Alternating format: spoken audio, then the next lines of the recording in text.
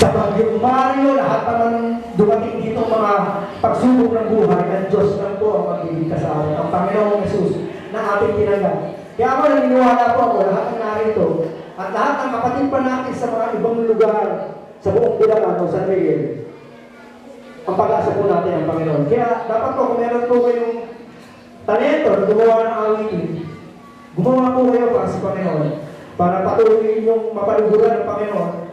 Patuloy na, dahil pagdating natin sa langit, wala na po tayo gagawin, kundi mag-awitan eh. Baka doon, natin may concert araw-araw. Kaya sanayin na natin dito pa lang umaawit tayo sa Panginoon araw-araw. Kaya pakinggan niyo po ang pagkalit po nito, Jesus.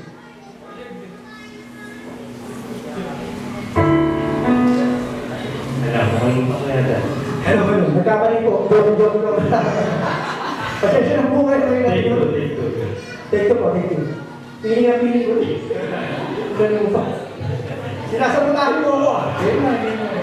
Okay.